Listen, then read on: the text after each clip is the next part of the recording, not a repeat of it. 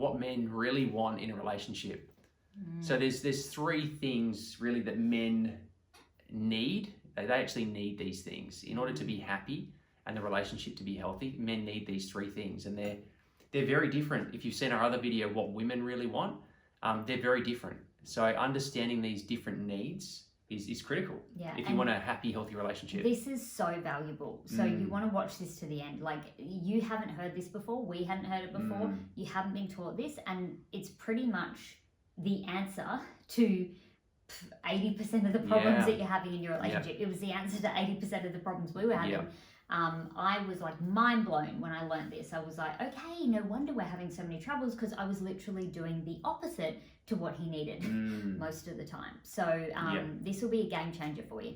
So the first one is freedom. Men really need that sense of freedom, autonomy, and feeling like they're leading their life and their family. It's part of our DNA. It's how we're built. It's part of the masculine energy to lead and be the leader. And forge a path, create the path when there is none. So that's critical. If you're not allowing your man to be a leader, if you're wearing the pants, if you're telling him what to do all the time, stealing his man card. Stealing his man card, as we like to say. That's how I describe it. Like, I didn't realize I was doing this all the time. Like, not letting him do the dinner the way he wanted to do it. I had no idea that for him in those moments, it was like taking his man card, like not allowing him to do it his way. And I hear this from women all the time. They're like, they're not aware that they're being so controlling. They're not aware that they're taking away their partner's freedom so often throughout their day and their life. It also happens a lot with parenting. I used to do this too, where I would like judge and try and control the way Adam would parent. And he doesn't do that to me. And this is what you'll realize, women, you know, I realized a lot of what I was doing to him, he wasn't doing to me. And I could understand, if I was in his position, how that would make me feel like that I was not enough, or that I can't make my own choices or my own decisions. And men share this a lot with us, ladies, that they literally feel like they can't make their own choices. They can't make their own decisions. And when they do, it's always wrong. So they feel like they're failing. They can't win. And a man needs to feel like he's winning. Like he needs to feel like your hero. So this is huge. If you can give him the freedom, and it doesn't have to mean like that he just does everything his way and he goes off whenever he wants, or it doesn't look like that in our relationship. And you get to decide what it looks like. We're not here to tell you what to do. We're just here to share with you what will help you make your relationship more of what you want to experience. This will look a different way to everybody. Like Adam's sense of freedom in our relationship will look different to a lot of our clients, and that's okay. You just need to bring awareness to really what that freedom needs to look like for your partner. So I remember asking Adam, what does freedom look like to you? Like, paint it to me. Like, for you to feel free, what needs to happen? And a lot of that came down to doing things his way, like, or doing the lawn or the gardening when he felt like it was the priority to do it, not when I was, you know, taking control of the structure of the entire week. So this can be really subtle, ladies. It can be, you know, you might not think you're stealing his freedom, but if you're making comments when he's doing something and critiquing the way he's doing it, or you're giving him instructions on what he needs to do, or writing out a to-do list for him, they're definite no-nos. We're not saying that we can't have a conversation about things, because we're co-creating life together. We're in a partnership here. We're in a relationship. Either you're married or you're not, but we're building a life together. So we need to communicate in order to do that. But then you need to, once you've communicated priorities and all of your expectations, you then need to let him do it his way. So that's the first one. Number 2 is actually peace. Peace for men is really important. Just to share a little difference between men and women. Women speak about 28,000 words a day. Men, in contrast, speak about 7,000 words a day on average. So if you look at that alone, it just paints a very clear picture that men don't need to speak as much as women. Our hormones and everything about our body and our brain, it doesn't need to express so much as women do. And also, it's how men, deal with stress. So women de-stress by expressing, by talking, by communicating. Men de-stress by being quiet. And creating peace. So when your man's stressed and he's gone quiet, don't try and make him talk more, because that will actually make it worse. For him to rebuild his testosterone, he needs to go quiet. Yeah. So maybe that means he needs to sit in a corner and drink a beer. Maybe it means he needs to go for a walk, exercise, or however it is, it doesn't matter. Breath work. Adam has, whenever Adam's in that state, I now know this, and I'm like, hey babe, do you want to go, what do you need? Do you want to go have some time without the kids, just have some peace? And he'll go to the bedroom, do some breath work, read, journal what's going on for him, whatever he needs to do, but he'll have that peace to be able to do that. When you have kids, it gets a lot harder for men to create this peace. And this is why then they start to do it in an unhealthy way. Yeah. So before we learnt this 3 years ago, now I can see this was a pattern starting for Adam where he would check out. He would like shut down and check out, and he'd just be on YouTube for hours watching things. Some men game for hours, and they're just trying to escape. Like it goes from there is no peace, I can't have peace, so I need to just escape. And that's what they're doing. And if you can bring awareness to it, and you can have a conversation and bring some compassion and understanding that they just need some peace. And in the beginning, it might just it'll show you they might need more in the beginning because they haven't had it for a long time. But once they know that they regularly are going to have that peace, Adam has some peace every single day. And you can make that look whatever it needs to look like in your schedule. Sometimes it's for Adam, he gets up early, goes for a run, then like meditates or breathes on the beach. At night, we shut off phones and TV and that kind of thing once the kids are in bed, and I do something to fill myself up, and Adam does something to help him empty and just have some peace. So, you can create it in your schedule, and it can look however you want it to look, but it's so important. It's not like a maybe, it's a must. Like it's like it's our energy system. Think of it like a battery. Like if you're not recharging your battery and you're just expected to do more, be more, the batteries are going to run out. And this is what happens, and this is when men flip their lid, when women blow up. Like this is when the arguments turn into a blow up because we're not meeting those fundamental needs. So I win when Adam has peace. I cannot stress this enough. He is useless to me if he has not had some peace. So I am completely okay for him to have his peace because he shows up completely different as a husband, as a dad, in the home when he has had some peace. So it's so worth it. It is. The peace really helps us to reset our nervous system and to empty all those thoughts of the day, whether it was work or other things that happen.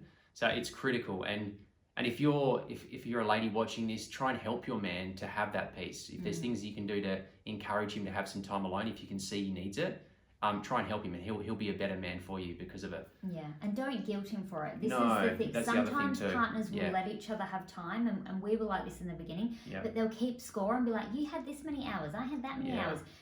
That doesn't work. Like, you may as well not even bother. It's like saying sorry and then going but. It just wipes out the sorry because you've just said but.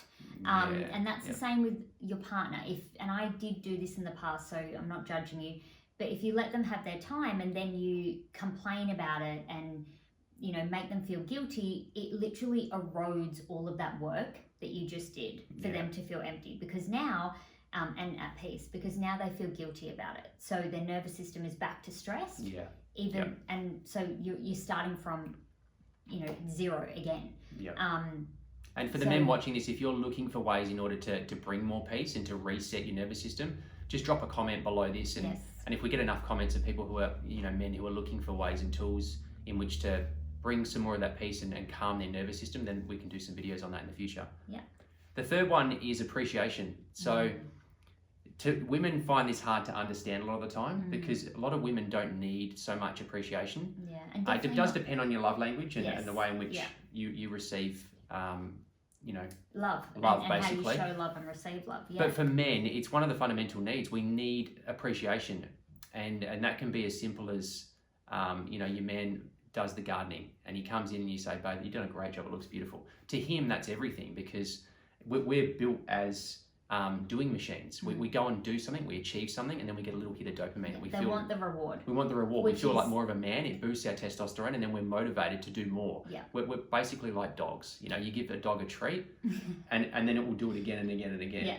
So you've got to train your man in a way which makes him feel good and you feel good. And it works for you. And it you works get for the what you relationship. want, they get what they want. So, and I struggled with this for years as well. And a lot of women do, because we're like, well, he should just be doing the garden. That's his responsibility. He should just look after his kids or pick them up from school because they're his kids. And I get it. I 100% get it.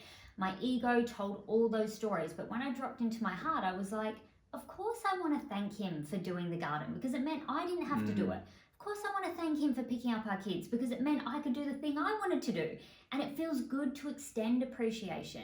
Like I receive when I offer appreciation and gratitude. It makes me feel good too. So just think of it that way. Don't think of it like, you know, well, he should just be doing these things, and because you will just get nowhere. Like, you know, everyone's doing the best they can do, but we all do better when we feel appreciated and validated and like acknowledged for what we are doing. And it goes a long way. Like Adam said, the more I appreciate him, the more he wants to do, the better he wants to be. In the past, I did the opposite. I would criticize him. I'd be critical. I'd judge everything he was doing. And honestly, if you're doing this, you know what I mean. It just completely backfired on me. And it does, because men are not wired like that. When you criticize them, when you judge them, they don't do better. They don't do more, they do less. They literally feel like they can't win, so they want to retreat. They want to escape, they want out. And they literally get to the point where they think, they throw their hands up and they're like, I just feel like I can't make you happy. Nothing makes you happy. I can't win. Yeah, no matter what I do, I can't win. I can't win this game. So I want to give up. And appreciation for men feels like respect. It's really, really powerful for men. That if a man is not feeling appreciated, then he often feels like he's disrespected. You know, if you're criticizing him, if you're judging him, which is the opposite of appreciation, he will feel like he's not respected, and that will really erode his self-esteem and his self-worth. And I know you don't realize you're doing this, because I didn't either, but once I had the awareness that, wow, when I'm not appreciating him, I'm actually eroding his self-worth and self-esteem, I wanted to stop straight away, because I know what that's like, to have your self-esteem eroded, and your self-worth really, you know, just broken. And it breaks you as a human being. Yeah, it and, does. You know, as a woman or as a man, we can relate to that feeling. So these three things are critical. If you can start to bring these into your relationship and in the way you interact with your man, like, this is really what he wants. Like, truly, this is what he wants. Yes, of course, men want intimacy and connection, but this is just as important to them. Just as important. And if they have the intimacy and connection, they don't have these things, it's not going to fulfill them. So they need this. This is the foundation. This is the fundamental needs that basically build that foundation. Without it, it's all going to crumble and fall. So this is so important. Honestly, we could go on for a long time, probably like hours about this, because it's huge. But we don't have time. So if you've loved this, if you found it helpful, please like, subscribe, share, put a comment. The more love you show us, the more of these videos we will do for you. But if you want to know more about this right now, you can click the link below. We'll put our 5-day relationship challenge, and we dive a little bit deeper into this in the 5-day relationship challenge. And this is a free 5-day online video course, so you can sign up, totally free, and you can learn about all the basics. We go really quite deep in 5 days. Yeah, we do go deep in 5 days. There's a lot of value there. So, and we normally charge for this, so it's for a limited time. So if you have found this helpful, you've had some breakthroughs, it's opened your mind, like, do not wait, click that link and get access to that 5-day challenge, because the answers are there for you. The help, the support you need to turn your relationship around from like roommates, not communicating, like feeling resentful, lost, frustrated in your relationship, to a place where you understand each other, you love each other, you enjoy spending time together, you want to go on dates. Like, that is so much closer than you actually think right now. Like, so much closer. You just need to learn a few more things, which you've never been taught, you know, just like us. I mean, nobody goes to a relationship class, so it's no wonder we get stuck. It's no wonder at all. So check it out. The link's below, and we'll see you inside.